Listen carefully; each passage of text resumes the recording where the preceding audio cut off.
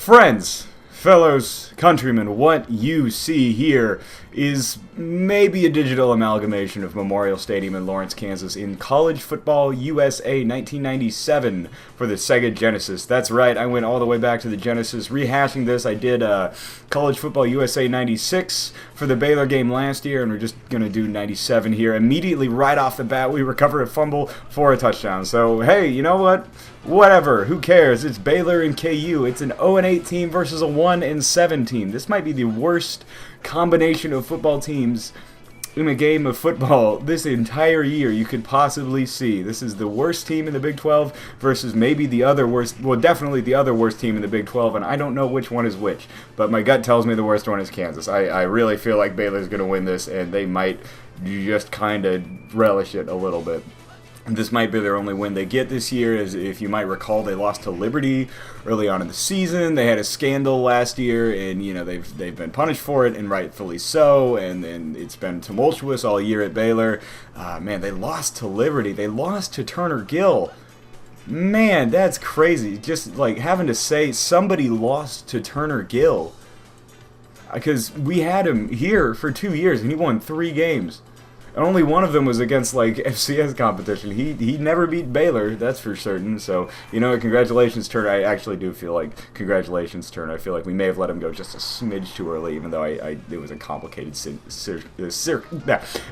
complicated situation of circumstances as I try to speak. I think I'm just so excited because we scored a second touchdown here in the first quarter to go up 14-0, something that I don't foresee happening this weekend. Last weekend against K-State was entertaining, if nothing else. I went to that stadium, and I was at that stadium for the whole game, and at no point was I like, man, I just want to go home, because I was completely happy to be at Memorial Stadium watching KU and K-State last weekend. There was good attendance, good crowd. It was really fun to be there, and it was a competitive game. Unfortunately, the Hawks couldn't pull it off late in the game, but I think it, rights some of the wrongs of the past couple of weeks. They finally scored a touchdown, multiple touchdowns actually, which they hadn't been doing. They hadn't been scoring any points at all, so there's some value in that. Maybe that'll continue this weekend.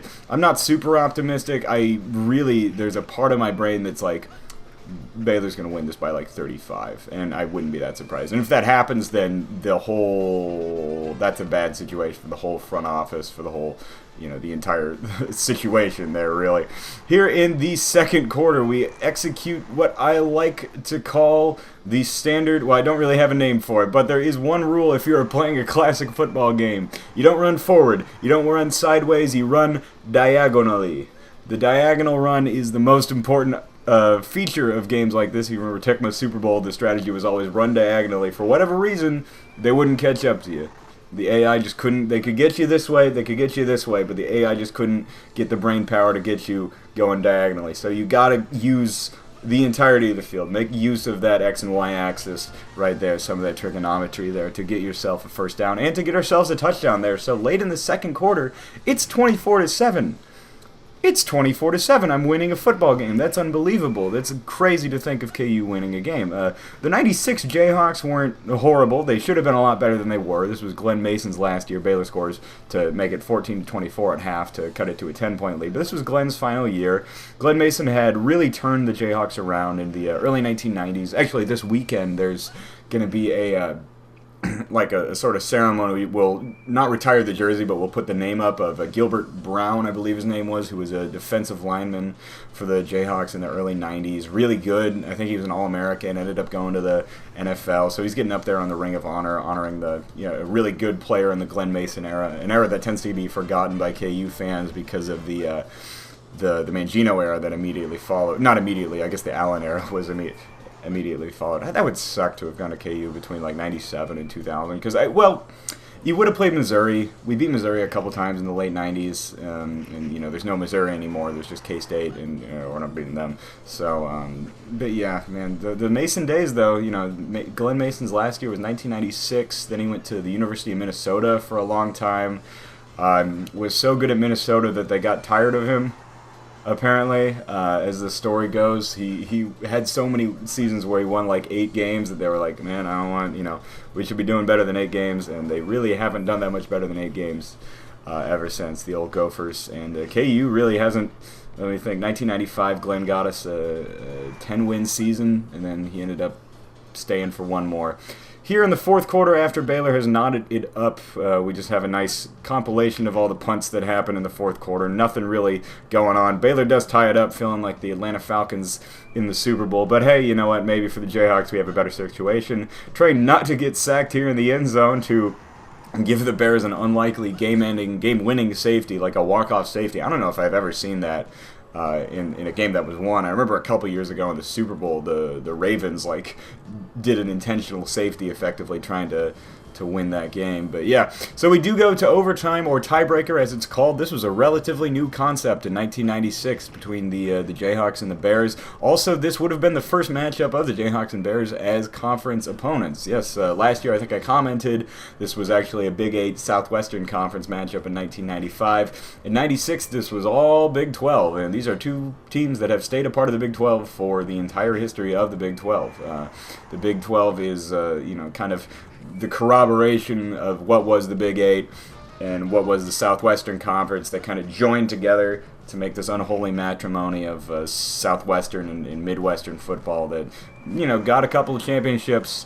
Unfortunately, now we're not really that close to winning that many championships. Here, we have the game tied up. We got the ball back in double overtime, and I managed to break 4 tackles somehow en route to getting to the end zone. This game is crazy. That's June Henley, number 20, one of the better running backs in KU history, actually. He was kind of a smaller guy, but he could get you the yards when you needed the yards. He was an exciting player. I have a VHS tape of the 1995, season, the highlight reel of the 1995 season. He's, good player. There were a lot of good guys on that team. A lot of those good guys stayed on this team. You saw there was a touchdown by number 1, Isaac Bird, a guy who went and played in the NFL for a pretty good amount of time. And yeah, this team should have been better than it ended up being. They ended up having a losing record, though. It was Glenn's last season. Glenn left. We've never really...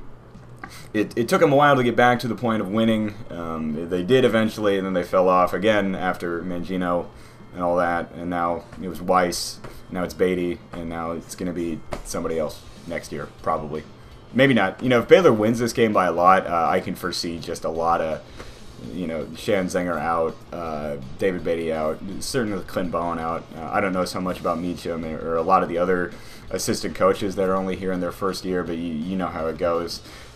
Not the rosiest of days for Kansas football, unfortunately, but, it was a fun weekend last weekend. Hey, we might even get a competitive game this weekend. That's really all I ask anymore.